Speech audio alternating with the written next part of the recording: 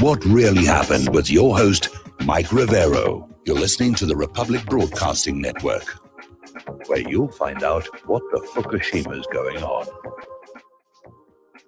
And welcome to our show today. It is Monday, September 14th, 2020, start of a brand new week.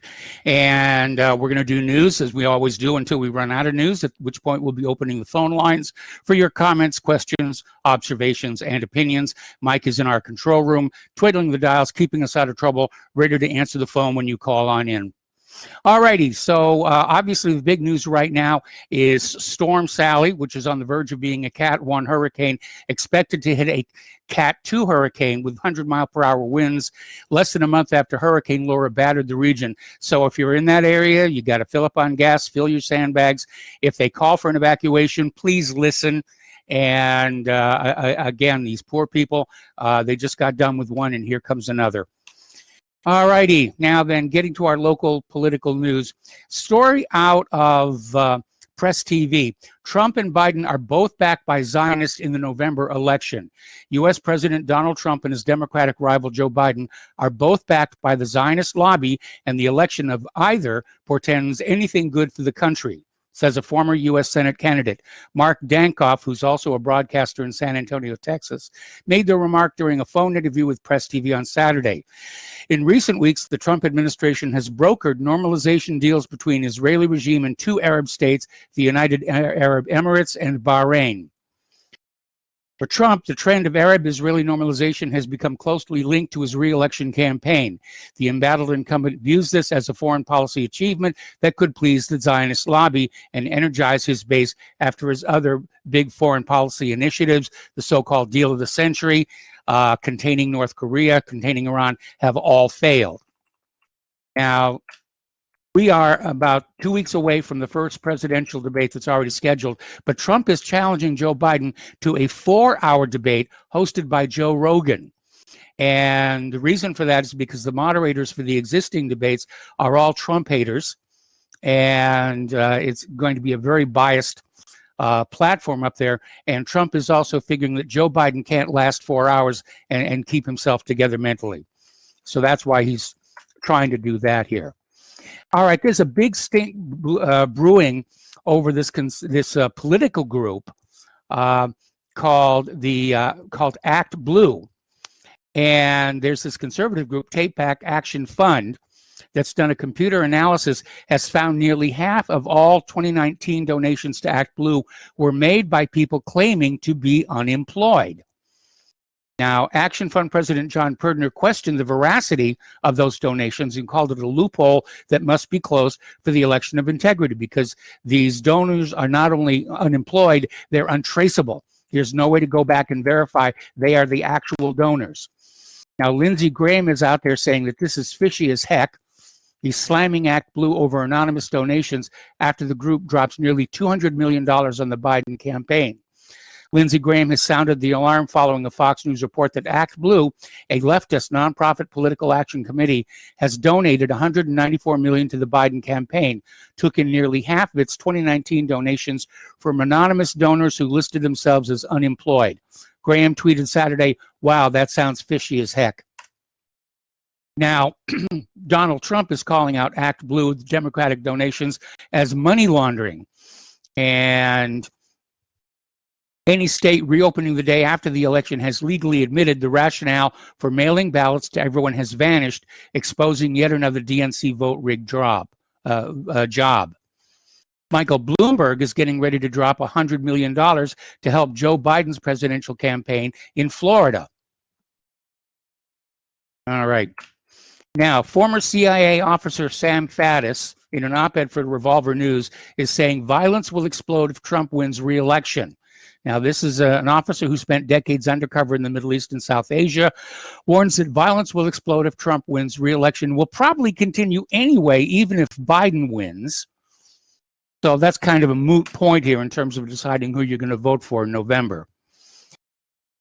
Okay, General Mark Milley, the top general, is saying the U.S. Armed Forces will have no role in carrying out the election process or resolving a disputed vote. This he told Congress in comments released on Friday. So the comments from General Mark Milley, chairman of the Joint Chiefs, underscored the extraordinary political environment in America, where the president has declared without evidence that the expected surge in mail-in ballots will make the vote inaccurate and fraudulent, and has suggested he might not accept the election results if he loses. Now, there was a story we did last week in which the mail-in ballots are predominantly going out to Democrats, that the vast majority of requests for mail-in ballots are coming from supposedly Democratic voters. The problem with the mail-in ballots is anybody can put a name on an application. Anybody can put any name on the mail-in ballot. There is no checking and no verification whatsoever. Now, Donald Trump, this was a bad move in my opinion. Okay, Trump tells a Nevada rally he will negotiate a third term in the White House because he's entitled to it based on the way we were treated. Well, it's not uncommon for presidents in their second term to muse wistfully about a third term, but for Trump to do it before the election, that was a bad move, and the Democrats are going to seize on that as evidence of his megalomania. All righty. All right, Biden has actually been caught using a teleprompter to respond to questions from James Corden on late night. When he holds up this photo to the camera, you can see the reflection of the teleprompter in the glossy surface of the photo. So it's all fake. Donald Trump clashes with the West Coast governors ahead of a visit to California, where he'll be briefed by Governor Gavin Newsom about the raging wildfires. That's already happened. They just got done having that briefing, and Trump is out there congratulating the California National Guard for their rescue efforts. But apparently the big clash was over the impact of climate change on wildfires ahead of his Monday visit to California. Okay, here is my comment about that. They're trying to say climate change, climate change. The FBI is already out there saying it wasn't Antifa, it wasn't Black Lives Matter. How could they possibly know at this point? But just think about something. You're not seeing this massive wildfires north of the Canadian border, are you? Or south of the Mexican border.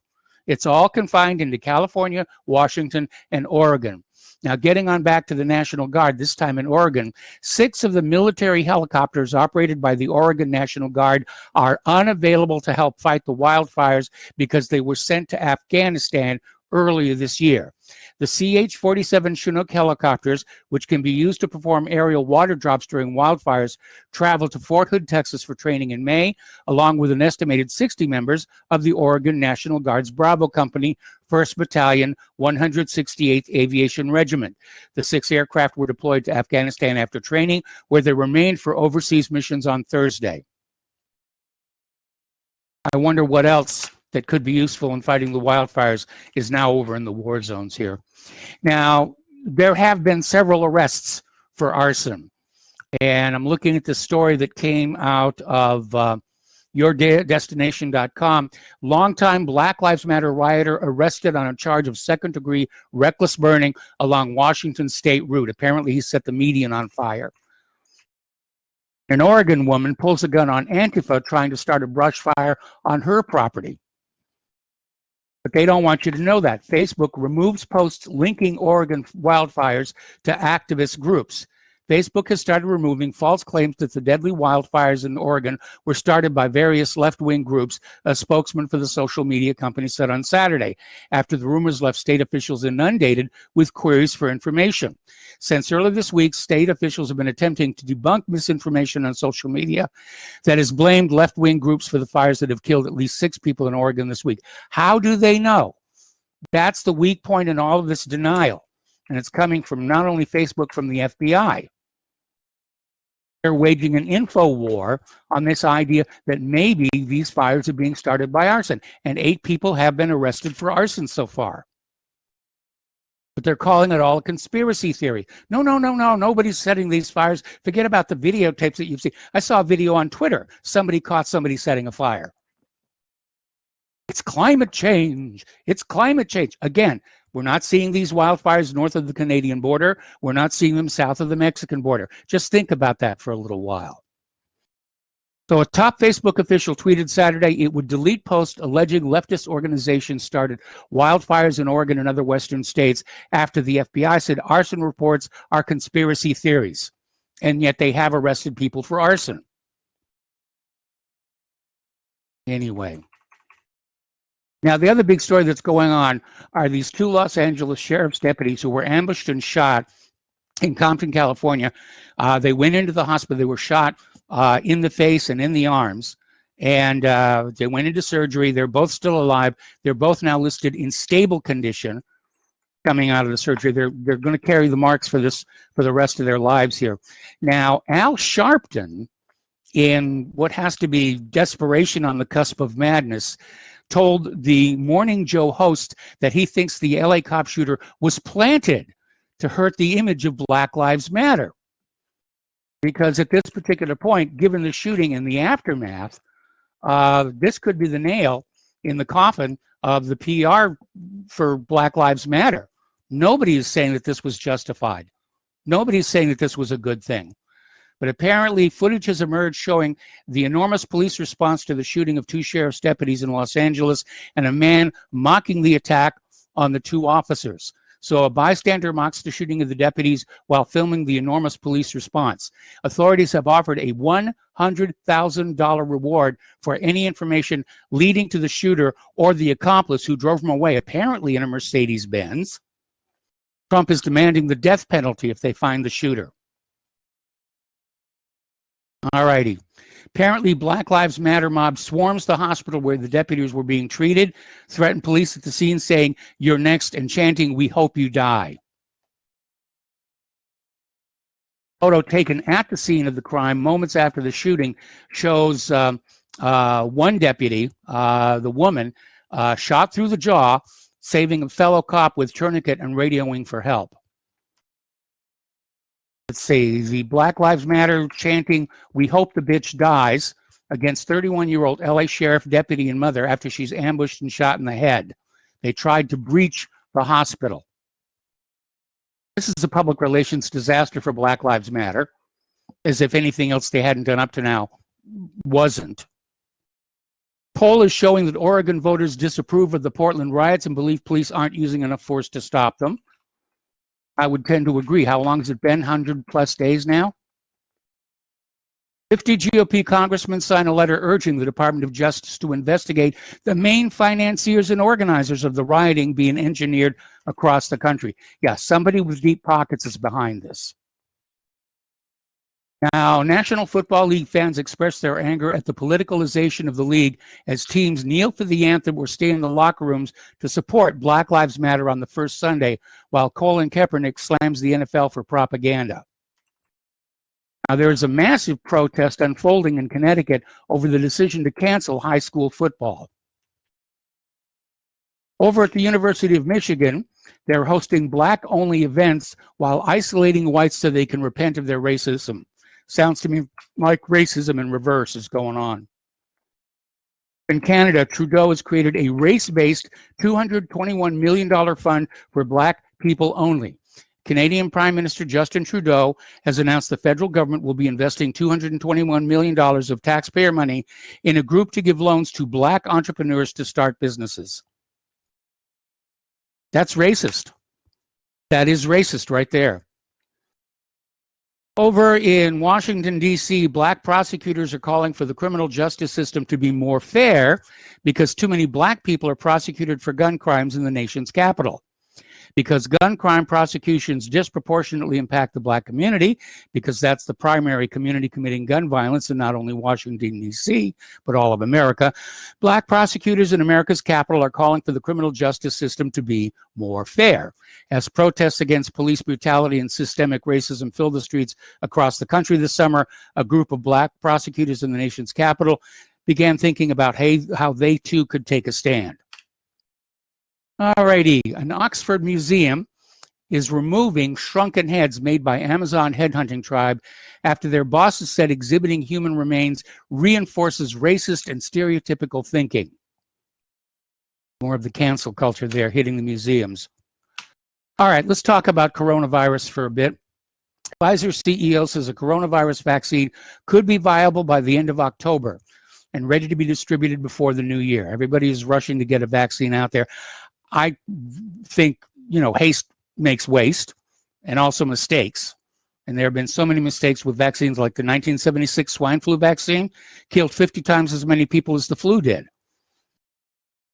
So I'm definitely not going to be taking a vaccine that's being rushed out the door as part of Operation Warp Drive.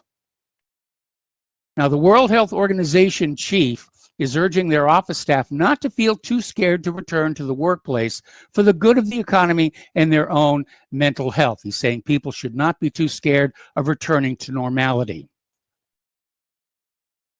Now, pardon me. Earlier today, New York City Mayor Bill de Blasio announced that although the Macy's Thanksgiving Day Parade will not be canceled, it will not be held along the usual 2.5-mile parade route, but instead just featured as a televised broadcast. That's going to be interesting to see. Respected German author Ernst Junger predicted the ubiquitousness of face masks to enforce conformity and uniformity in a dystopian future society in a novel called The Worker that was published nearly 90 years ago. By the way, the CDC is saying that those face masks you've been wearing to screen out the COVID-19 virus won't work against the smoke particles on the West Coast. And if you look at the relative size of smoke particles versus virus particles, you will understand the CDC has just admitted the masks aren't going to work anyway. Over in China, the communist government has combined its coronavirus track and trace system with the country's notorious social credit score. Meanwhile, the Department of Homeland Security is proposing a massive expansion of the biometric modality collection. What first seemed like a gradual slide in the federal government's use of biometrics is quickly becoming supercharged in the post-pandemic world. Readers may recall since 9/11, DHS, the FBI, and CIA, and other alphabet soup agencies have transformed America into a surveillance state on a par with China in the coming years. Activity in DNA and biometric gathering by the federal government is set to surge. The DHS recently announced a notice for proposed rulemaking that outlines the agency could enlarge its collection of biometrics data by at least 2 million submissions annually. And by the way, I saw a story the other day that a criminal was identified thanks to a genealogical DNA. In other words, when you send your DNA in to one of these companies to track your ancestry, apparently that is now made available to law enforcement.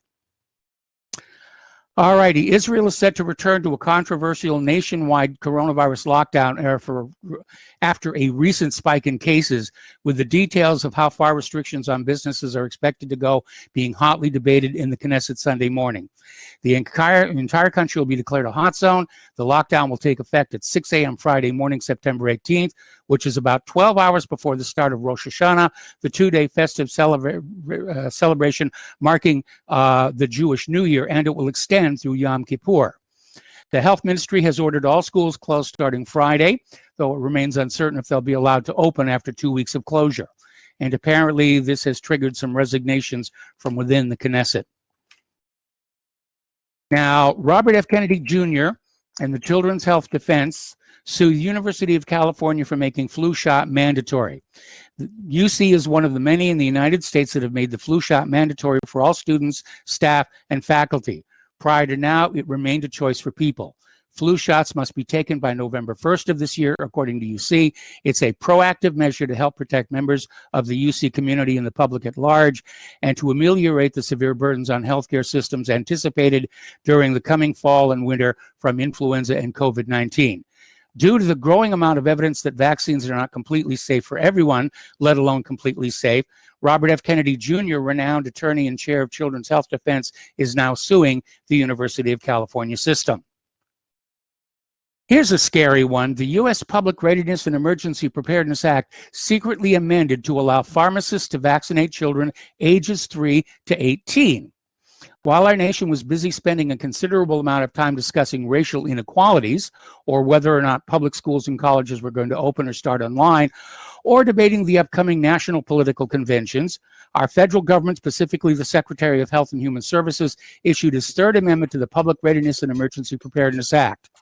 The third amendment allows pharmacists to administer vaccines to children ages 3 to 18. We're going to take a break for commercials, and we will be right back. Welcome back to our show here, and a friendly reminder, and actually down on the knees begging, that Republic Broadcasting Network is in the middle of a perpetual fundraiser. And folks, the cupboard is bare. We really need your help right now. We need you to step up to the plate and keep us on the air doing what we're doing here, because otherwise we're going to have to sell our control room technicians for medical experiments. So if you can help out, and thanks to those of you who already did, and thanks to those of you who are going to help out, the postal address to send a check, money order, or if you prefer anonymity cash, is Republic Broadcasting Network, 2251 Double Creek Drive, number 302, Round Rock, Texas, 78664.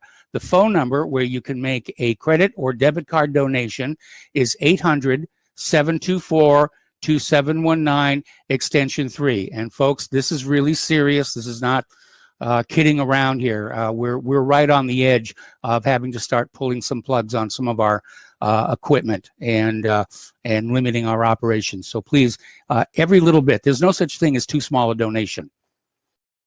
All right, getting on back to the news here. Internationally, outrage is growing in Bahrain over the government's normalization with Israel. Palestinian factions and the broader international Muslim community have expressed outrage at a fledgling trend of Arab-Israeli normalization that has so far seen the United Arab Emirates and Bahrain cozying up to the occupying regime under Washington's auspices.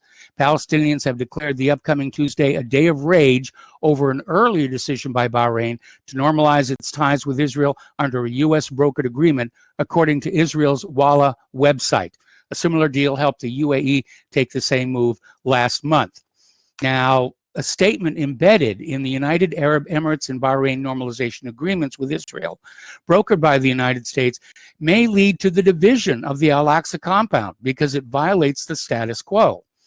According to a report by non-governmental organization Terrestrial Jerusalem, the statements mark a radical change in the status quo and have far-reaching and potentially explosive ramifications. Under the status quo affirmed in 1967, only Muslims can pray within Al-Haram al-Sharif, also known as the Al-Aqsa Mosque compound, which consists of 35 acres. So we may be seeing the partitioning of the Al-Aqsa Mosque. Over in Pakistan, anti-Shia protests shake Karachi as fears of sectarian violence grips the countries.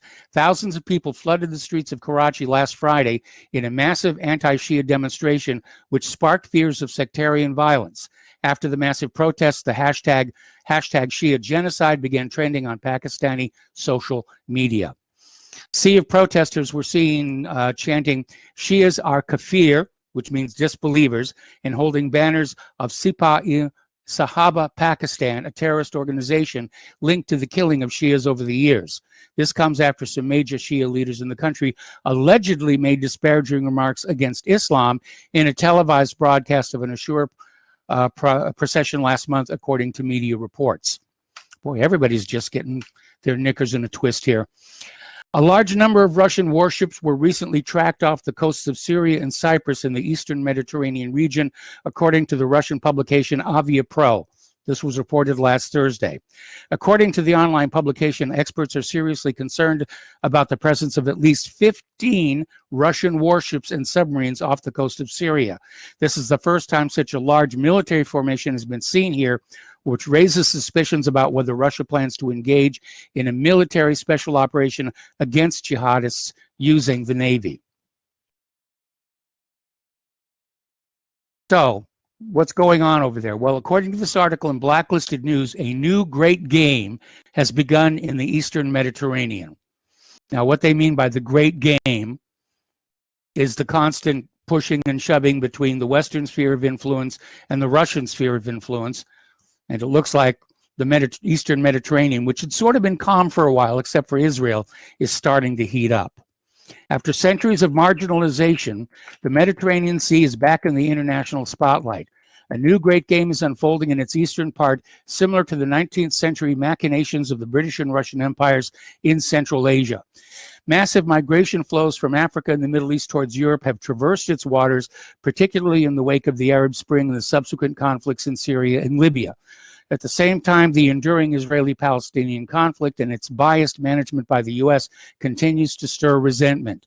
These crises have concerned the states overlooking the Mediterranean, but more recently, the resources hidden in its seabeds have fueled controversy.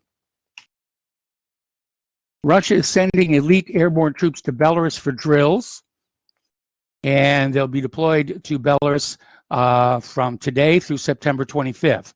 Despite the Slavic fraternity drills being an annual pre-planned event hosted by Belarusian armed forces, the deployment comes at an intensifying moment of continued mass anti-Lukashenko protest after denunciations by the opposition that the August 9th national election was rigged.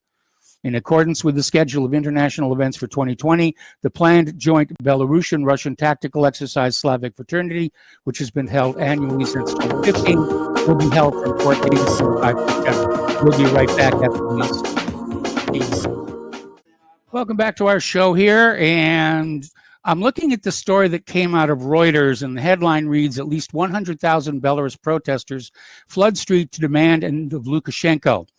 And the tagline reads, "At least 100,000 Belarusian protesters took to the streets of Minsk on Sunday in one of the biggest demonstrations yet against President Lukashenko after he claimed a landslide victory in an election his opponents say was rigged." Now, I saw photos of the demonstration. There were a lot of people there, but no way was it 100,000. Maybe 5,000. Maybe 5,000. But if Reuters is exaggerating like that, that reveals there's a political agenda at work here. Over in China, the Global Times is warning China must be ready for a potential war. And apparently, a statement from the government is Chinese people don't want war, but we have territorial disputes with several neighboring countries instigated by the United States to confront China. Some of these countries believe that the U.S. support provides them with a strategic opportunity and try to treat China outrageously. They believe that China, under the U.S. strategic pressure, is afraid, unwilling, or unable to engage in military conflict with them. Thus, they want to pull the chestnuts out of the fire. Considering that there's also the Taiwan question, the risk of the Chinese mainland being forced into a war has risen sharply in recent times here. Now, we have been seeing all these stories about how we're seeing these encounters between American bombers and Russian planes taking place over the Black Sea. And it's a dangerous game of brinksmanship because it's involving nuclear-capable bombers. Now, we don't know that the bombers are actually carrying nuclear weapons. We don't know that they're not carrying nuclear weapons. But it is a dangerous game of brinkmanship that could actually instigate a conflict between Russia and the United States, which I think would be a bad idea. Now, the Black Sea is mostly landlocked, with decades of treaties designed to keep interlopers from sending warships into the area willy-nilly. The source of tension, of course, remains the skies, with U.S. planes showing up just outside of Russian airspace. There have been times when such interceptions are reported twice or even 3 times a week, usually with Russian Sukhoi 27 fighter jets intercepting the U.S. Navy surveillance planes that are moving to the outskirts of Russia's airspace. This culminated at the end of August with an overflight by U.S. strategic bombers of the entire NATO alliance. Nominally a show of solidarity, it quickly became a provocation when one of the bombers, a nuclear-capable B-52, made a beeline for the Black Sea and headed for Russian airspace. An interception followed, and the usual U.S. complaining about how unprofessional that was. An incident with spy planes happened at the same time. So the U.S. is trying to provoke and goad Russia into doing something. Over in Ukraine, the process of violent overthrow of President Zelensky by the team of ex-President Poroshenko has begun. This was stated by the deputy of the Rada, Renat Kuzmin. So Biden's allies are over there in Ukraine trying to oust Zelensky and put back in Poroshenko. The Saudis have launched airstrikes against the Yemeni capital of Sana'a. Saudi warplanes carried out at least 11 airstrikes against the Yemeni capital city, according to the Shiite Houthi movement. Strikes hit across the city, but the main target appeared to be the Sana'a airport. There is as yet no word of how much damage was caused, and no reports from either side mentioned casualties.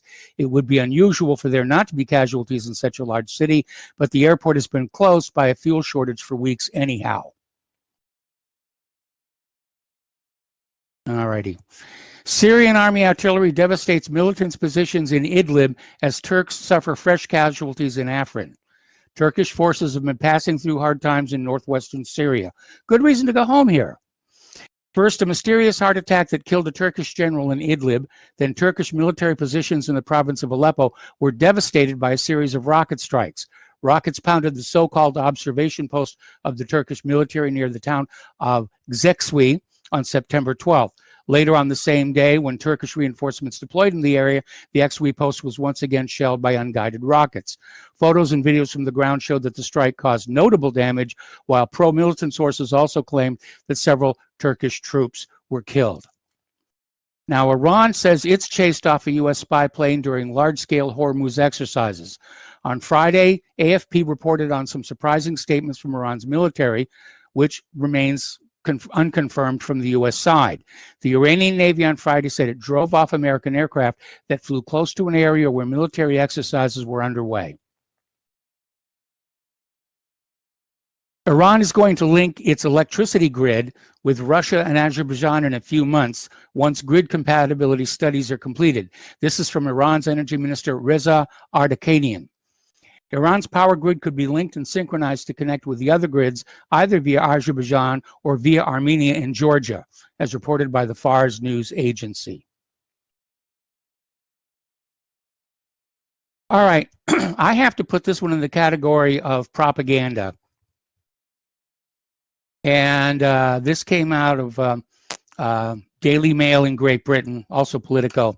Iran is plotting to assassinate the U.S. ambassador to South Africa, Lana Marks, as revenge for killing General Qasem Soleimani, according to intelligence officials. And the alleged plot has been detailed in intelligence papers, which have been seen by U.S. intelligence and government officials. American officials say they've been aware of threats toward the ambassador, Lana Marks, 66, since the spring, but the intelligence detail has suddenly become more specific in recent weeks. Okay, here's my question. World War I started with the assassination of Archduke Ferdinand. If the U.S. really wants to get into a war with Iran, are they willing to waste this ambassador to South Africa to get it going? Because from Iran's point of view, what's the point of hitting an ambassador in South Africa? Doesn't really seem to make much of a point. 4 days ago, Donald Trump said the U.S. is not involved in the Middle East for the oil, but because we want to protect Israel. The comments have gone all but unreported in the corporate mainstream press. Trump made the comment during a rally in Winston-Salem, North Carolina, when he was bragging about America's energy independence, which he said Joe Biden would undermine if he gets the White House. China is calling America the biggest threat to world peace following the Pentagon report, which claimed Chinese military poses serious implications for U.S. national interest. China has slammed that Pentagon report on China's military ambitions, saying the U.S. is the one that poses the biggest threat to the international order and world peace. Colonel Wu Qian, spokesman for the Chinese Defense Ministry on Sunday, called the report a wanton distortion of China's aims and the relationship between the People's Liberation Army and China's 1.4 billion people. The statement comes after the U.S. Defense Department claims China's rapid military development would have serious implications for U.S. national interests and the security of the international rule-based order. Now, that's an arrogant statement there, considering how many treaties the United States has walked away from. All righty. Over in Germany, apparently they're being accused of violating an international treaty when it asks U.S. military personnel to pay taxes in that country. This is coming from the U.S. ambassador to Berlin. And it jumped into a long-running fiscal dispute that has affected hundreds of U.S. troops and civilians. The U.S. Embassy and military commands are aware of this long-standing issue and working closely in concert to address what we believe to be a misinterpretation of the NATO Status of Forces Agreement. Embassy spokesman Joseph Giordano Scholz said in his statement this week. The Department of Defense and Department of State are engaged to try and reach a solution, giving the first indication the issue is being tackled at a higher level than military commands in Germany, which have been unable to resolve it after years of trying. All righty. In an unexpected move, former Iowa Governor Terry Branstad is stepping down from his position as the U.S. ambassador to China after more than 3 years on the job, as tensions between Washington and Beijing reach a fever pitch ahead of the November election. So, anyway,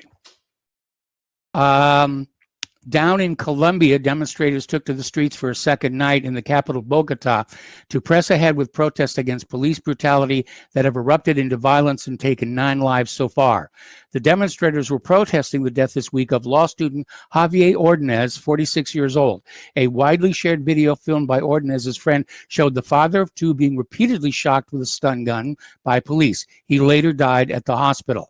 Some 300 protesters gathered once again Thursday afternoon outside the police station in Villa Luz, where Ordonez was taken before his death and which was heavily damaged on Wednesday. Okay, article coming out of MiddleEastMonitor.com. They're talking about Israel being a rogue state. And the article starts off with U.S. President Donald Trump's announcement that his administration is imposing economic sanctions on the chief prosecutor of the International Criminal Court. The decree was announced by Secretary of State Mike Pompeo, who reported that the U.S. would not tolerate the ICC's illegitimate attempt to subject Americans to its jurisdiction.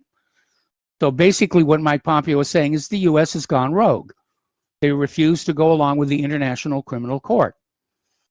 This is the U.S. vindictive response to investigations announced by the court into U.S. war crimes in Afghanistan and the Israeli war crimes in the West Bank and Gaza Strip.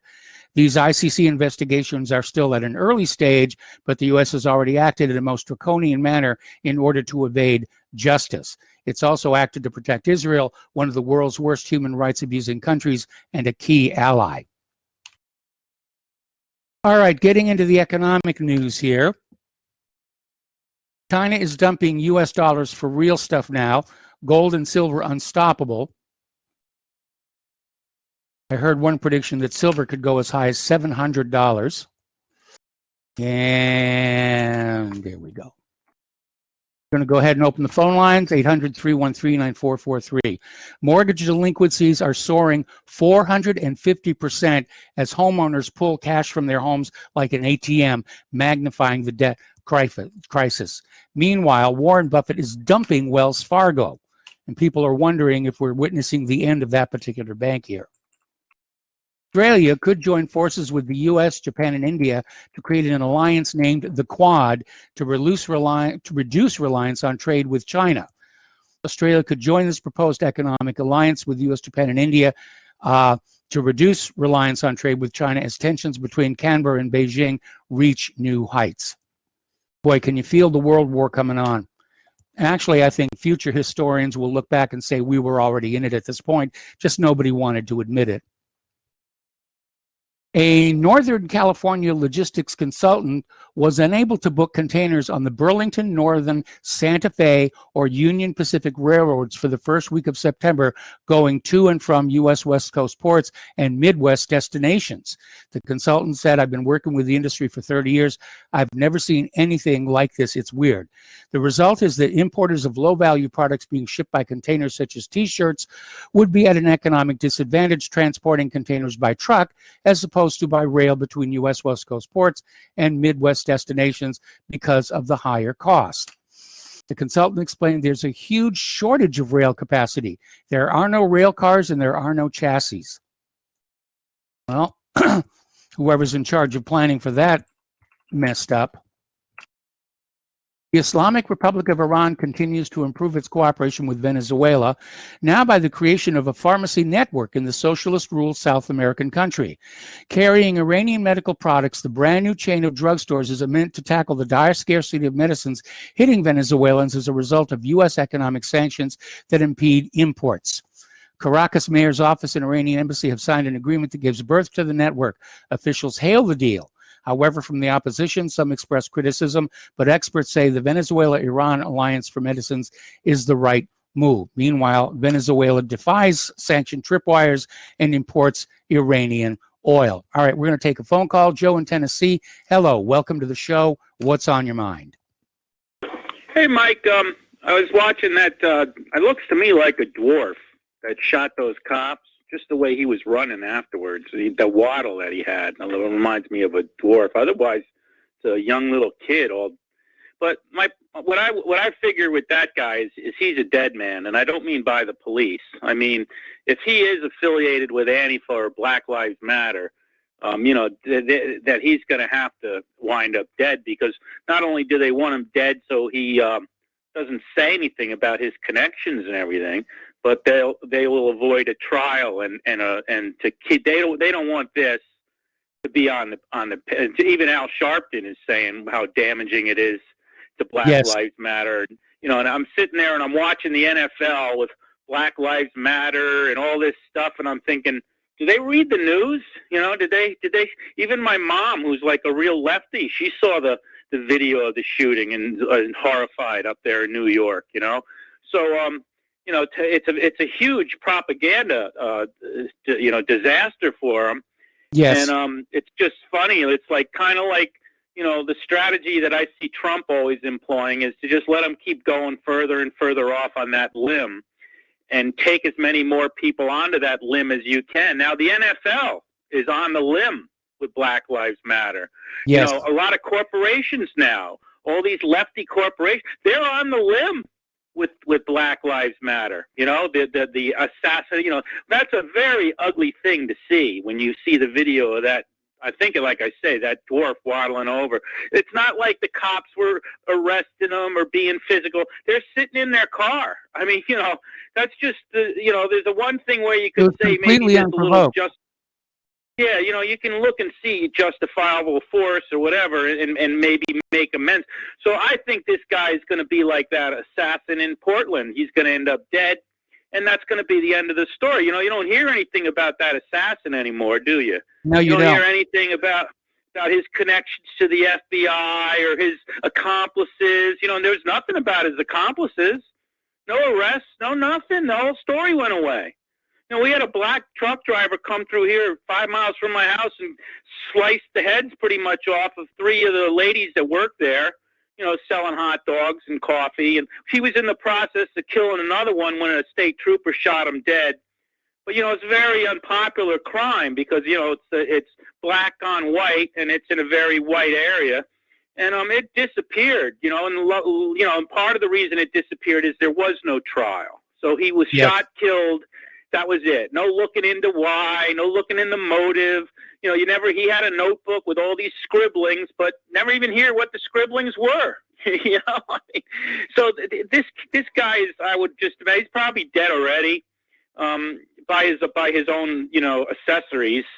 And, but the other thing I wanted to talk about was these arsons in Oregon and Washington State and their ties to Antifa and Black Lives Matter. Yeah, it's such a disgrace to watch, but the FBI is totally disgraced.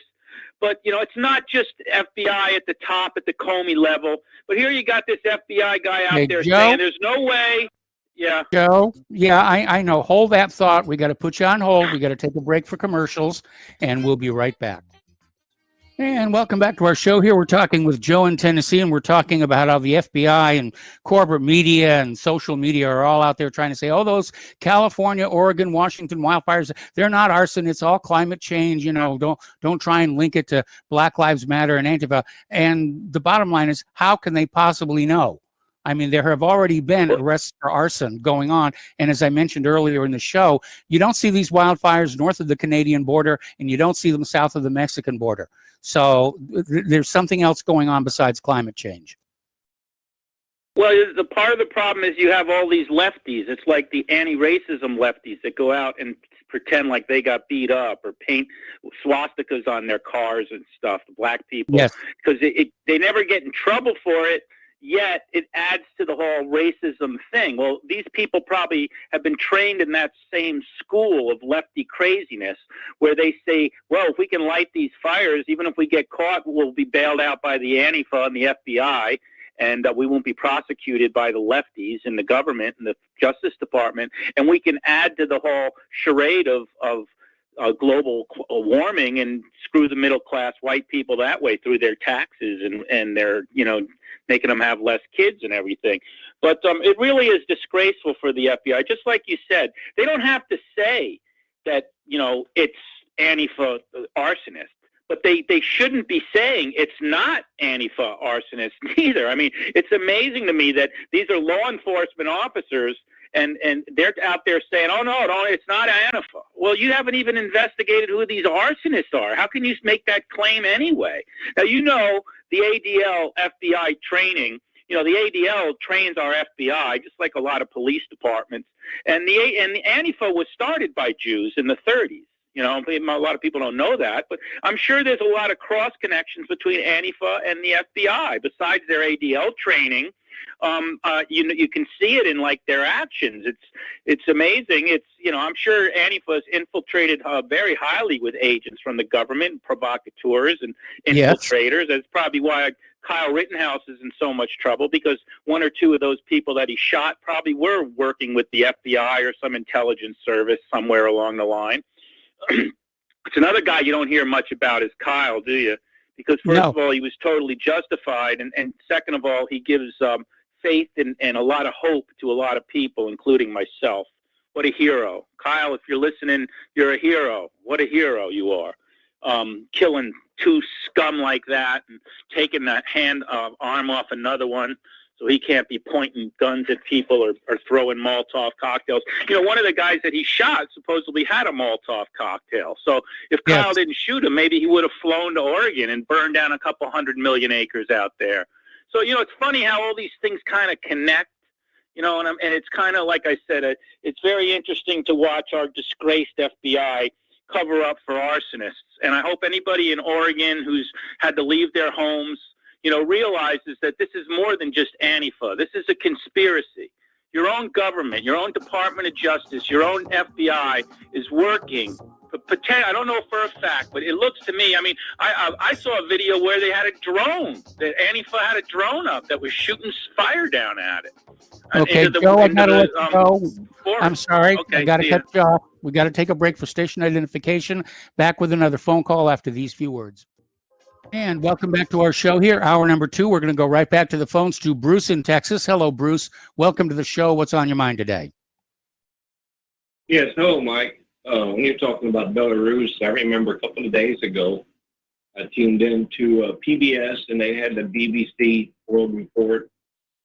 And also, it's pretty interesting, pretty illuminating when you watch the very end of the show, and they say, this show has been sponsored by. And just look at the NGOs that sponsor these programs. Pretty damn transparent. But the people they show there in Belarus protesting, they're just like the people from Portland, just like the Pussy Riot in Russia.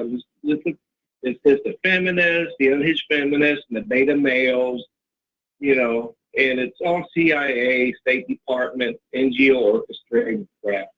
And I never thought, you could have asked me 10 years ago, and I would have never thought that I would be rooting for China and Hong Kong fighting protesters, Russia fighting protesters in their spirit. But that's what it's come down to, because exactly what they're doing there, they're doing here.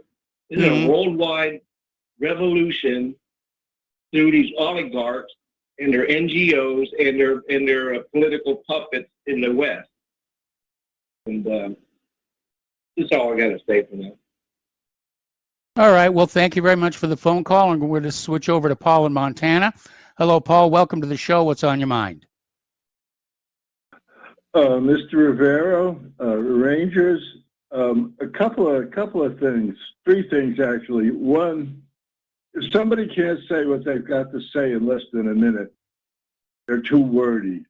Number 2, we keep hearing about Queensland, in particular Melbourne, Australia. And the views we get of it are from God only knows what kind of people. Why don't you, would be nice if you were to have Slim Dusty on for a half hour, an hour or so, to tell us what's going on in Australia through the eyes of an Australian. Okay. And, I guess, are you familiar with Slim Dusty? No, I am not. You go there. And YouTube has got a bunch of his stuff. And but Slim Dusty, and guys, if you can't say it in 60 minutes, you're blowing smoke. Thank you, and I'll be listening. Okay, I think you meant 60 seconds on that last one. And, brevity is the soul of wit, but thank you for the phone call anyway. And we're going to switch over to Peter in Los Angeles. Hello, Peter. Welcome to the show. What's on your mind today? Yeah, hi, Mike. I'd like to second what the gentleman before the last guy, who, by the way, went over a minute, said about the CIA being involved with Antifa and the FBI. Half these guys are, plants. We've been using these NGOs for color revolutions for years. Everybody knows that, who's informed at all. But I wanted to point out, I went to dinner on Saturday night with another couple that's a close friend. It's a black couple, highly successful professional guy in LA. Mm-hmm. And she, my friend's wife, starts talking about she's a member and an active member in like a black junior league sort of thing, and they're going to have Angela Davis come and speak with them. Mm-hmm. And we're talking about this around the table. There's just four of us, and I'm the only non-black person there. And they get to me, and I go, "Well, listen," I said, "I don't agree with Angela Davis. I for one thing, she's a Marxist, and for another, she was involved in the murder of a federal judge and two other people, And I really, what kind of message does that send? Having this person speak, right, at a like at a junior league sort of thing. I won't mention the name of this organization, but and then I said, let me tell you something. About 2 or 3 years ago, she was due to speak at a historically black college in Alabama, and she had been speaking out. This is Angela Davis, had been speaking out against apartheid Israel, which, to her credit, right? Yes. But so this is at a historically black college, and the Southern Poverty Law Center, which is Jewish controlled, really. Yeah. And the ADL came down so hard on this historically black college that they cancel her. And like I told them, I said, listen, I called in to say she has freedom of speech. She should be able to speak. I don't agree with her message, but she should be able to speak. But the fact of the matter is, look at that. This woman has been speaking all over the country for years after having been involved in the murder of a federal judge and a bailiff and another guy or something. And yet, when she criticizes Israel to a black college, she gets canceled. What does that tell you about who runs what? Yes. And anyway, so I pretty much, shut up about that after that. But it kind of is a pause at the table, let me tell you. But at any rate, that Antifa thing is absolutely right. And there was a quote on somebody saying, "Why aren't they investigating Antifa?" And some guy I saw on the web was saying, they're not investigating Antifa because if they did, they have to follow the money trail. It would come right back to a bunch of rich Jews, and they don't want to go there. Yeah. And that's it for me, Mike. That's. I'll try to keep mine under 5 minutes. All right. Okay, I appreciate that. All right, thanks an awful lot, Peter. We're going to let you go and switch over to David in Boston. Hello, David. Welcome to the show. What's on your mind today? Aloha, Michael. Hey, Aloha. Michael. Hawaii's the only state I've never been to, Michael. Mm-hmm. But hey, I'll tell you what, though, I love Iz. Too bad he passed away, huh? He's somewhere over the rainbow now. Yeah, I'm afraid he is. Well, if you look at, he had a serious weight problem. He makes me look skinny, or he made me look skinny. Yeah. He's I never thought anybody would ever top Judy Garland, but boy, he really came close. But Mike, Bob Woodward, you're old enough, you're my age or whatever, and Mike, give or take a year or two, but we're all familiar, now most of your audience, I think, is familiar with, of course, Tricky Dick, where we call them Tricky Dick, and yes. don't take, maybe, I don't know if I can, can you say that? Don't switch dicks in the middle of a screw, vote for Nixon in 72 or whatever the hell. Yeah, I remember that one. I remember that one. So anyways, I think, basically, I think what's going on with, of course, Woodward took down Tricky Dick, but yes, maybe, it occurred to me that really Tricky Trump is just as tricky as Tricky Dick. And Mike, I don't think I ever commented on your show, my take on Donald Trump, but I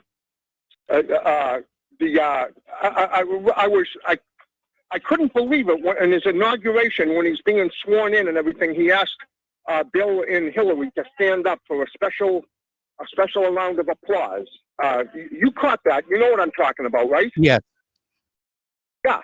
I said, what the heck? He's just been running Hillary for prison, and I mean, he's kind of telling them, praising them, and giving them accolades, and praising them to the highest heaven, Bill and Hillary, and so he was I think, Mike, I think they all have the goods on each other, and I think Trump was. I think you're right about that. Courtesy of Jeffrey Epstein. Jeffrey Epstein and Ghislaine and Jeffrey Epstein and everything. So he was signaling to Bill and Hillary, whatever he was reassuring them that he's not going to try to put Hillary in prison. That he's going to be Hillary's guardian angel. And whatever you do, Bill and Hillary, don't spill the beans on me prematurely because you think I'm going to spill the beans on you, because I'm not going to spill the beans on you. We got the goods on each other. So and I think he and who else? He did the same thing. Yeah, he did the same thing with Ghislaine, the code language and everything. I remember that. The very, very, very best and everything, Yep. But yeah, I have no respect for the man. I think he's a Shabbat goy from New York. I think he's a Shabbat goy of the Kosher Nostra. And along with Alex Jones and a whole damn bunch of them, and I have no respect for him for dropping the mother of all bombs on Afghanistan. They're a great country, a great people. They've never attacked us, and I despise them for that cowardly attack on General Qasem Soleimani. Qasem Soleimani had more character in his baby fingernail than Trump has in his whole body. He's a great man and a great patriot. If you look into him, his background. He quit school when he was 12 years old to go to work to help his father pay off a note that I guess his father owed it to the Shah's government, and Savak and everything was going to throw his father in prison and everything, and he quit school. He quit school at 12 years old to help his dad pay off a note to keep his dad out of jail. And that's just one story I read about him, but yeah, what else was I? Then what was I going to say here now? Yeah, and then yeah. So the only thing I despise, the only thing that I despise and have more contempt for than Donald Trump is Donald Trump's enemies.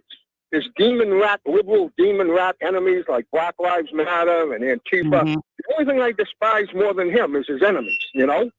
But yeah, so listen, I'll close with this, Mike. Fool me once, and I did vote for Trump the first time around. Yes. I wasn't going to vote at all, but you know what? I wasn't going to vote at all, Mike. What persuaded me just to vote was when they killed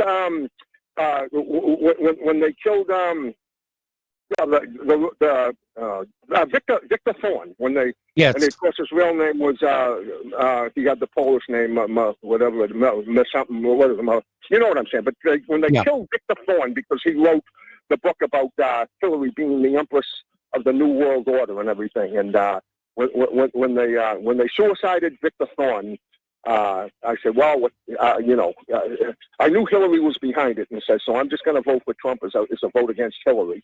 That was my rationale in 2016 too. I wasn't voting for Trump so much as I was voting against Hillary.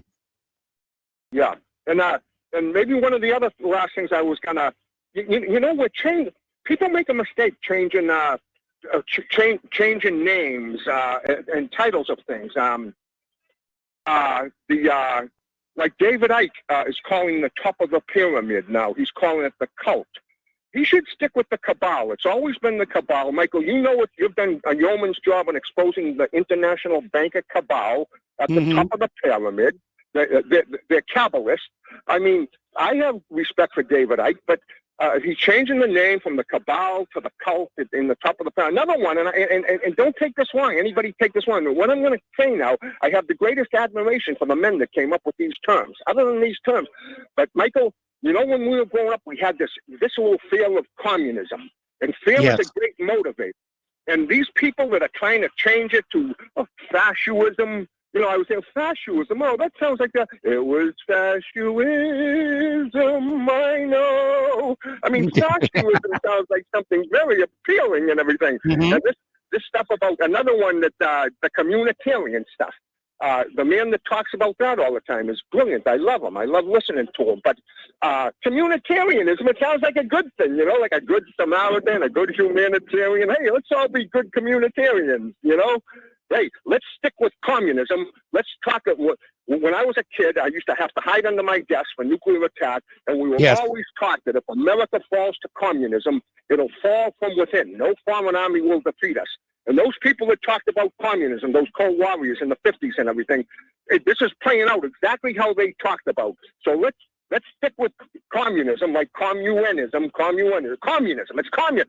That's a scary thing. We don't want to fall. This communitarianism and this fascism. It sounds like a high fashion show. Yes. Fascism. It's fascistic. You know, no. Stick with communism. And, you know, another one is this crap about the globalists and everything. No, it's the communists. That means nothing, that globalist stuff.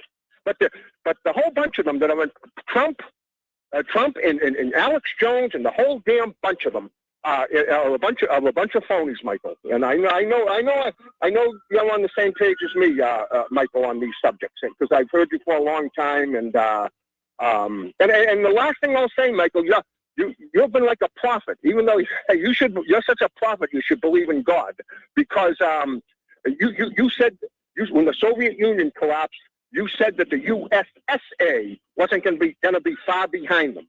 And I think we're seeing what you've prophesied for a number of years now, since the collapse of the Soviet Union. Now we're seeing the collapse of the United States, Michael. So with that, Mike, I better hang up. Thanks for giving me so much time. And remember, don't forget about Tricky Trump. You're better off, if you do like to vote, you're better off to just vote for a third party that doesn't have innocent blood dripping from its fangs. Like, well, I'm voting for Claire. I'm voting for Claire for president. Yeah. So. Well, she just said she doesn't want the job. I'd vote for. Maybe I'll vote for Claire too. Okay. One thing. Can I say one last thing? One last thing. Yeah, because I've gone on quite a bit, but I love Jesse. Apparently, Jesse Ventura came up with you know the Republic Bloods and the Democrats. Like, they're just two vicious gangs. You can do it either way. The Republic Crips and the Demo Bloods, the Republic Bloods and the Demo Crips. And I can't take the credit for that one, Jesse Ventura, but he was spot on. They're like just two vicious gangs, you know. And, yes. So okay, Mike. Thanks a million, huh? And aloha.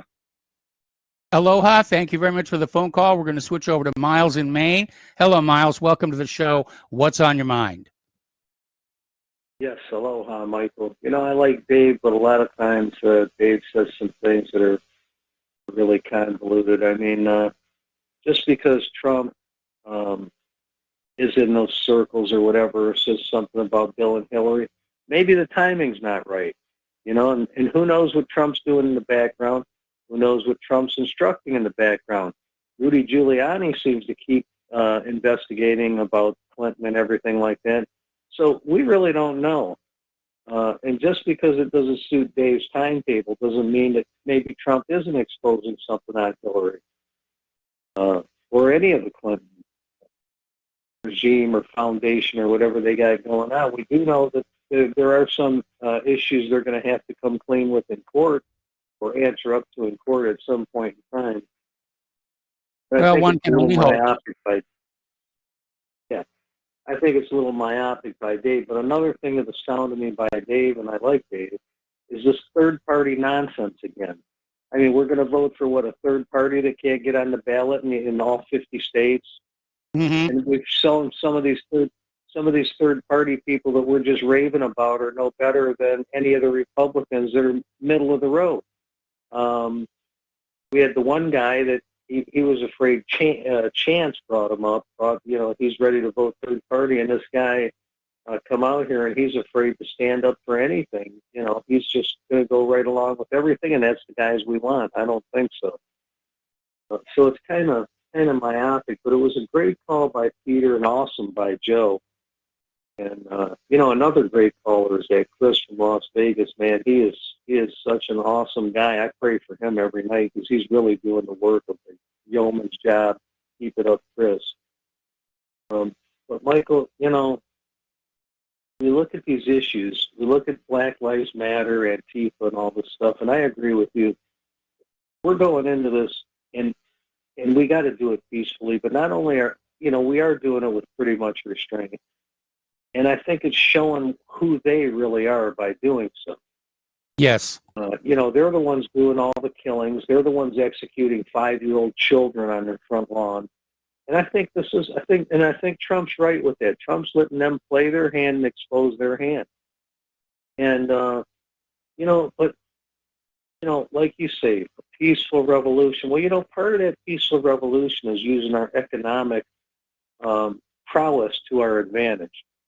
Now, nobody should be watching the NFL, the NHL, Major League Baseball, buying any shirts, jerseys, tokens, anything. Hey, Miles, from them. Hold that thought. We're going to have to Yes. put you on hold. We've got to take another break for commercials, and we'll be right back. Welcome back to our show here. And before we get back to the phone call with Miles here, a reminder that Republic Broadcasting Network is in the middle of a fundraiser and things are getting desperate. The cupboard is bare and we open our little change purse and moths fly out.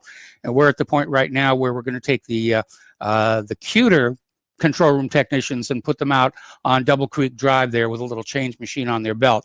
So if you can help, and we really do need it right now, the postal address to send a check, money order, or if you prefer anonymity cash, is Republic Broadcasting Network, 2251 Double Creek Drive, number 302, Round Rock, Texas, 78664. The phone number where you can make a credit or debit card donation is 800-724-2719, extension 3. The network thanks you, and I thank you.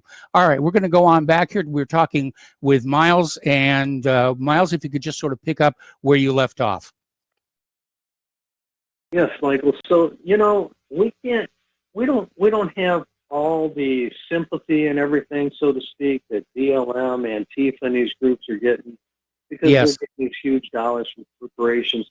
But, it's something everybody can do. We can't all get out here like Tony from Chicago. I mean, probably everybody could for a half hour or so, but they don't. And nobody's going to sit here. Very few will sit and call these corporations and tell them, I'm boycotting you. I'm not going to buy your product or whatever. But what you can do is all these corporations, these Walmarts, Verizon, Home Depots, Lowe's, I'd like to see you put out a list and repeat it a couple times a week. This is our boycott list. And, that's the peaceful revolution right there. You take their money, they start listening. We're still over 60% of the population here.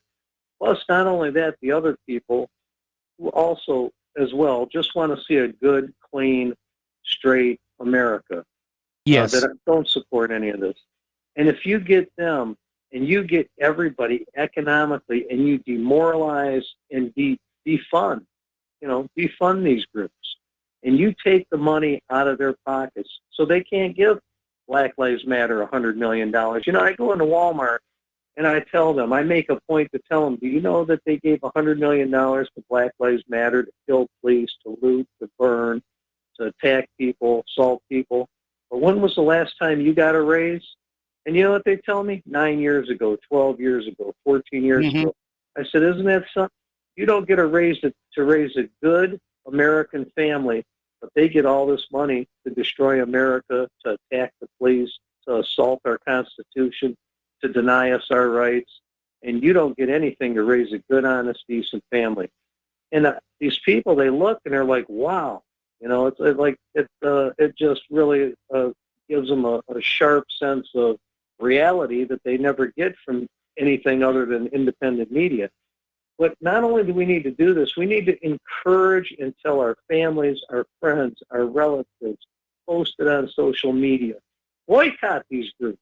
Tell them, call them, tell them, and just cancel your contracts with them. Cancel your phone with them. Don't buy your building. Buy your building products from your local dealers. Don't go to Kroger's. Don't go to Walmart. Shop at the little Joe Blow guys next door. You know, the Yes. mom and pop places. Help them keep paying their mortgage payments. Because Michael, you're right. You've always been right about that. The way we're going to win this is through peace and through intelligence and knowledge. And I just want to thank you very much, Michael. Keep up the great job. Well, thank you very much for the kind words, and thank you very much for the phone call. We're going to switch over to Andy in Texas. And Andy, I'm probably going to have to take you through the next commercial break. What's on your mind? Andy in Texas, are you there? Oh, no. This is Dave from Maryland. Oh, okay, Dave in Okay, Maryland. You must have lost Andy then. Dave in Maryland? Yeah, Dave in Maryland. I guess after that nice little diatribe, what's his face from Virginia got, nobody wants to hear that nonsense, Mike. I wanted to call in about, what do you think about, remember the crack in the Three Gorges Dam in Yes. China? Yes. What do you think's going on with that right now? Well, I mean, the dam is clearly showing signs of age, and I hadn't heard anything recently about it. It's still standing as far as I know. How many dams do you think are in throughout like the West Coast, like California, Oregon, Washington State? We have a large number of dams in the United States that have been deemed to be at risk because, again, all the money is going to the war machine. No, the ones that might be in risk from the fires going on right now. I don't know that number. No, I'm saying, but there has to be a lot of them, right? Like I imagine there have to be some, yes. Yeah, that's like another target, huh? They could go after. Especially the earthen dams. What do you think's going on? What do you think's going on? You think they're lighting the fires, Mike, or what are they doing? They've arrested several people for arson. There was one guy in Oregon. They caught him trying to set a fire with a Molotov cocktail. They arrested him and charged him. He bailed out and went on to set 6 more fires. I mean, yeah, it's definitely happening. Dave, stay on the line. I'm going to come right back to you after these words from our sponsors. Welcome back to our show here. We're talking with Dave in Maryland. And Dave, during the commercial break, I did a web search for dams at risk from the western wildfires, and there is no list at this time. However, I did see a lot of articles.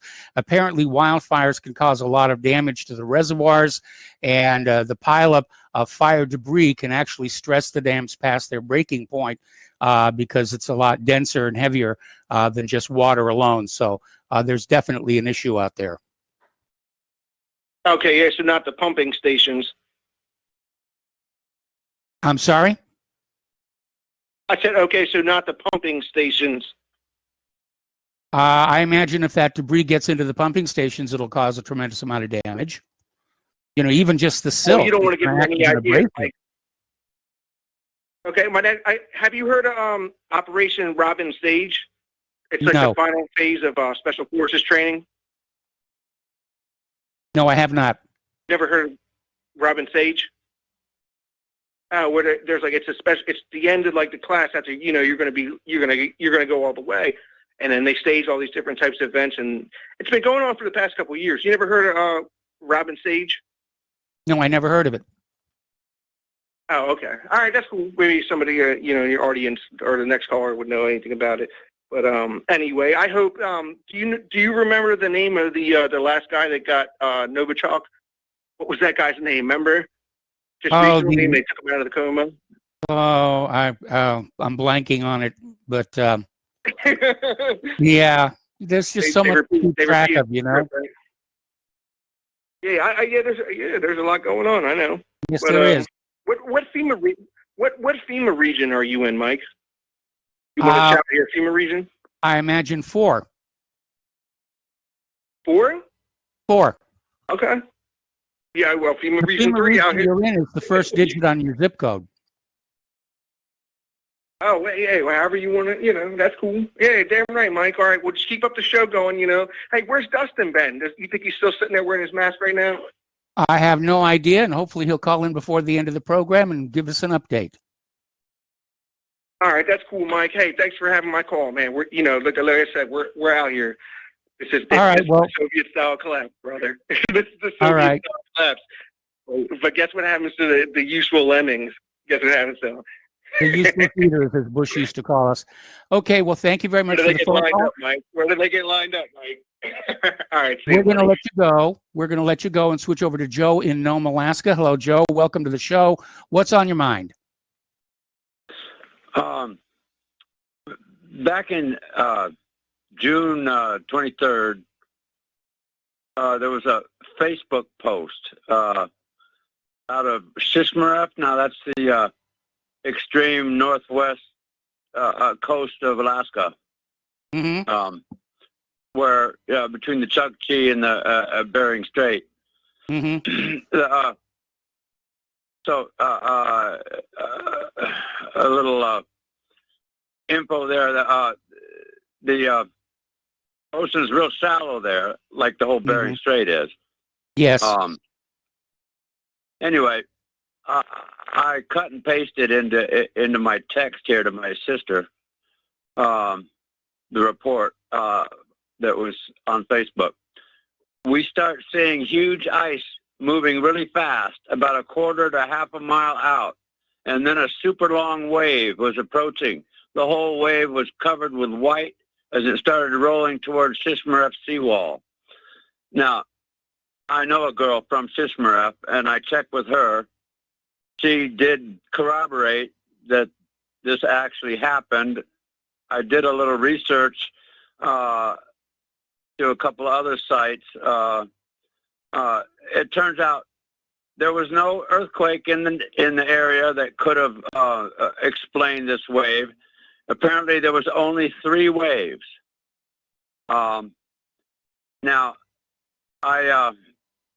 it threw ice over the Shishmaref seawall. This is completely, unprecedented. Because,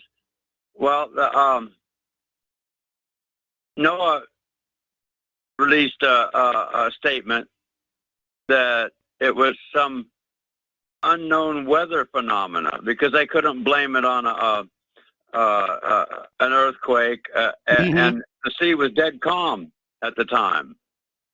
Well, there is such a thing as rogue waves, and they've been the bane of shipping for as long as ships have been putting out to sea. Or there may have been an ice flow that broke and fell into the ocean and generated those waves. They can generate tsunamis even larger than quakes. Let me finish. Please do. The 64 earthquake almost killed me. I've experienced a few earthquakes. Let me finish here. I made a deduction that this was a submarine moving under the loosely packed ice at high speed, sandwiched between, the shallow bottom and the loose ice pack. Now, and the waves came in, there was only 3 waves. Now, that's typical of a wake. Okay. Now, you heard about all these, the initial reports of Russian war games in the Bering Sea. Yes. Maybe you reported on it? Yes, we reported on it. Yeah, well, the first reports I heard was it was simply a dragger, a U.S. flag dragger out there had been contacted to move by one of these Russian ships, and there was only 3 ships, and he radioed back that he had his nets out and he couldn't easily move, and so they'd have to go around. Later on, we come to find out, no, it was a whole fleet. There was war games, and they were shooting off drones from a submarine, as well as from some of the ships. Now that was obviously more recently. Well, last week, gunmetal gray military vessel showed up out here. Now, look, the local newspaper doesn't report any of this. They're totally controlled, with the news feed coming out of the whatever MSNBC, blah blah blah, whoever. They cover up a lot of stuff out here. But yeah, first reports I heard from the locals here was it was a Chinese military ship. Okay. Which didn't make sense. It had been anchored up for about a week last week, and it was accompanied by 2 super tankers, which I assume were fuel, for whatever their operations were. And later on, I hear that, no, it was a Japanese ship. Now, it was definitely a military ship. I glassed it with my glasses, and it had a small cannon on the front. Mm-hmm. But I'm no military ship identification specialist like that Peter Tompkins. But at any rate, the second story Joe, I heard can you was kind the of come to a Japanese- point here? I'm not sure what you're trying to tell us. Well, my supposition, it was a sub chaser, and of course Japan is our staunch ally here in the North Pacific. But I just thought I'd throw that out there. And okay, the point is, yeah, the war is happening right now. It's a covert hot war, and it's not going to be overt until the bombs start dropping. Well, I hope you're wrong, but I fear you may be right. I heard you talk about how Israeli planes were bombing the crap out of Syria out of a U.S. base on the Iraqi-Syrian border last week. Yes. The other thing that really dicks me is on the show previous today, in the wake of the September 11th anniversary. Yes. I hear that Judy Woods, they were running a repeat, apparently, on the show previous to yours just today. Yes. Putting out Judy Woods' BS disinformation.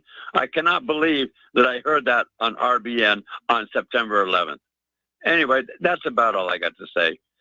All right. Well, Joe, thanks an awful lot for the phone call. We're going to let you go. Switch to Tom in Florida. Hello, Tom. Welcome to the show. What's on your mind? Wow, that was something. Yeah, Mike. Yeah, the guy. Yeah. Well, one thing they did say that it was Trump's fault. At least he didn't blame Trump for that situation. What's going on in Alaska there? Yeah, probably. Who knows? Probably a Chinese, Russian nonsense. Who knows? Who knows what's going to happen with that? But, Mike. Getting back. By the way, Miles made another right on the money call. I mean, his call was right on the money. Mm-hmm. Miles had said earlier on his call, right on. But yeah, Mike. First off, what's on my mind is Nancy Pelosi got some feces thrown in her on her driveway. You saw that? Yeah, I saw that. Bunch of and a whole bag of feces was thrown in front of her driveway there. I guess that's a good thing for her. She needs it. She can bathe in it, whatever.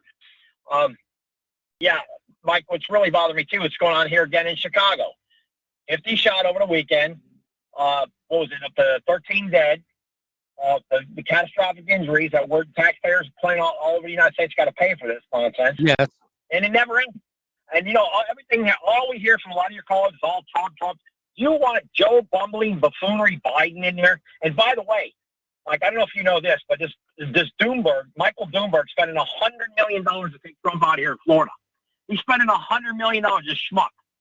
$100 million out of his pocket to take that. He ain't going to flip Florida blue like he thinks that schmuck.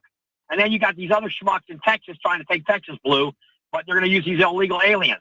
And they're going to use the mail-in ballot to take Texas and Florida. You got all these schmucks, these zogs, that are spending hundreds of millions of dollars to take Trump out. And here Trump's son-in-law is a Jew. Somebody's got to explain this to me. I don't get this whole nonsense. I mean, the guy's nominated now, for 2 Nobel Peace Prizes? Yes. You know, Well, he's nominated twice for the same Peace Prize. Well, different countries, yes, I understand. But bumbling buffoonery, Biden and, well, not him, but his buddy, Sortero Davis Obambo, this guy got Nobel Peace Prize. He was only in office for 10 days. Yes, 10 days I remember. Nobel Peace Prize? What the heck is that all about, Mike? What's going on? And, so here's some of these guys that call on your show. They sound like real nincompoops. Talking about bashing Trump, well, Biden's going to destroy this country like it's never been destroyed. We thought it was bad under Sortero Hussein. Wait till this bumbling Biden gets in there. Well, Kamala Harris, that idiot. I mean, and then if you look at her husband, another zog. Her husband's a big-time zog. I mean, everything here is like being manipulated by the minority, telling the asphalt, telling the gasoline what to do, and it's got to be exposed at all costs. We need to get some billionaires to start spending money on for RBN. It can, pump you guys up with a couple $1 million, which would be like taking a penny out of their pocket. That would help. And then they can buy these major networks, ABC, NBC, or CBS, when they can start actually telling the truth about what's going on in this country. And there's BLM and all these. By the way, Mike, the NFL is losing this. I didn't watch one game. I didn't watch 1 minute of it. And all my friends that I knew, none of them watched football yesterday. Nobody. And I'm talking about 15 guys we can get together. Nobody's watched football. Yeah, the audience numbers are way down for that. I say crush it. I say ruin it. That LeBron James is not but an agitator. That LeBron James, he thinks he's the greatest thing to ever walk. I mean, come on, man. He can't hold Larry Bird's job strap. LeBron James, give me a break. I'm tired of all this crap. And you got to dunk the ball. I told you, Mike. Let's get a midget basketball league up there. Where the midgets are 4 foot, we'll have the basket at 5.5 foot. And I guarantee I'll pay $1,000. I'll pay whatever it costs me a season ticket holder to watch a bunch of midgets play. And they can even have a 3-pointer. Matter of fact, they make a half court shot and get a 4-pointer. Give me a break. This whole thing about sports law, it's a rig, a racket. It's a big money racket. All these crybaby Lily Whites are crying about, come on. Who's kidding who here, Mike? This has got off the chain with the sports. It's sick. Baseball, I don't think anybody's watching that crap anymore. It's all phony, fictitious. These football players, they ain't like they were in the 60s and 70s. You can't even touch the guy anymore, and it's a penalty. The football ain't a man's sport anymore. It's a sissy sport. It became sis fight. The only thing is, the guys have gotten bigger, 300 pounds, but you get penalty after penalty. Some of these games, you can't even watch them anymore. Like last year, I was watching everything a penalty. It's just nonsense. But, getting back to Pigs Pelosi, Mike, this creature, Pelosi, she's doing everything and anything she can to destroy this country and to take down white male power. Yes. And I like to know why these people have such a hatred for white males. Why? I mean, even we're the latest victim. We're the latest target group. I mean, in Nazi Germany, it was the Jews. In Israel, it's the Palestinians. In the United States, it's the white people. Same thing we saw in Zimbabwe and South Africa. We're just the scapegoat group on which all the evils of the world are to be blamed. Well, let me ask you a question, Mike. If they were to make a movie like Braveheart with Mel Gibson, he would have to put black actors in the movie if he was to make it today. Yes, I know. About like the whole army of the English army, you'd be black against a white Scotsman. I mean, what the heck is going on here? All these movies that are going to be coming out, you got to have a black guy. That even if you do a historical movie, or like if you did a movie about the Vikings or something, we're going to have black Vikings or something. I mean, what nonsense? It's utter nonsense. I mean, now if you made a movie like let's say, remember the movie what was it, Kunta Kinte? What was the movie on Roots? Michael Caine? Huh? No, not Roots. No, there's a movie they made with Michael Caine. Shaka Zulu or the Zulu, right? Yeah. Yeah, Zulu with Michael Caine when the blacks are attacking. Now you're going to make a movie like that, and you're going to have white guys dressed up as Zulus. The whites and black guys are going to be attacking the English in the fort. You know? All right, Tom, I got to let you go. Tom, I got to let you go. We got to take a break for commercials. Back with the last segment of our show today. We got two more callers. We got two more callers waiting on the line. We'll be right back. Welcome back to our show. Last segment of our program today. We're going to go back to the phones to Mark in North Carolina. Hello, Mark. Welcome to the show. What's on your mind? Hey, Mike. Mike, I just want to say something about, the shooting of those two deputies out there in California. Yeah. I think the law enforcement community take notice. First of all, they're hated now by the left, okay? Mm-hmm. Do not make yourself hated now by the right or even by the center by enforcing these stupid, worthless mask laws. And for crying out loud, do not try to force the vaccine on people, and don't go along with any restrictions they may have on people who don't take the vaccine, all right? Do not make yourself look like an occupying army, all right? Because it has happened before. The right has turned on the police before, and I'm referring after the Bundy, after what happened to the Bundy Ranch there. Yes. When those two people, similar type shooting, these two cops were eating at Cece's pizza place, I believe it was in Las Vegas, and a man and a woman came in and just blew them away right there while they were eating the pizza. All right. So, and these were people towards more like the right wing. So, don't let people think you're an occupying army. Okay. Do your jobs. Go after real criminals. Do not enforce these silly laws. Do not enforce. Do not. Don't worry about revenue. Trying to collect more revenue from the birds that you work for, and just be smart and work for the American people. Show that you're peace officers, not an occupying army, and that's all I got to say, Mike. Thanks. All right. Well, Mark, thank you very much for the phone call. We're going to switch over to Dan in Texas. Hello, Dan. Welcome to the show. What's on your mind? Quickly, two issues. First, in viewing COVID as a potential bioweapon physiologically, I agree with you, it's a failure. If we view it as a biopsychological weapon, it's been a huge success. Mm-hmm. Now, as a former NFL fan and big-time fantasy football player, this year I'm not going to watch any football. I'm not going to play any fantasy football. And to borrow a chant from Los Angeles over the weekend, as far as the NFL is concerned, I hope they die. Thank you, Matt. Well, you've got a lot of company on that, because I understand the viewership yesterday of all the games was way, way down. And the fans are saying that they really resent the politicalization of the game, because, they watch sports as a distraction. It's like movies. They want to be entertained. They don't want to be lectured at. And, Hollywood is feeling the pinch. The more woke movies come on out, the more the audience is tuning off. And, I think that was one of the big problems with the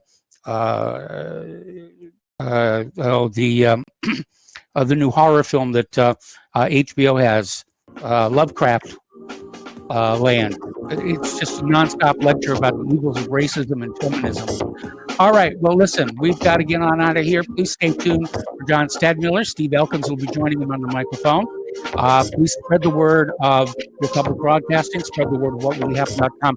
Please donate. It is really serious right now. That little piggy bank is empty, and we need your help to get something back into it. So we'll be back tomorrow. Aloha, America.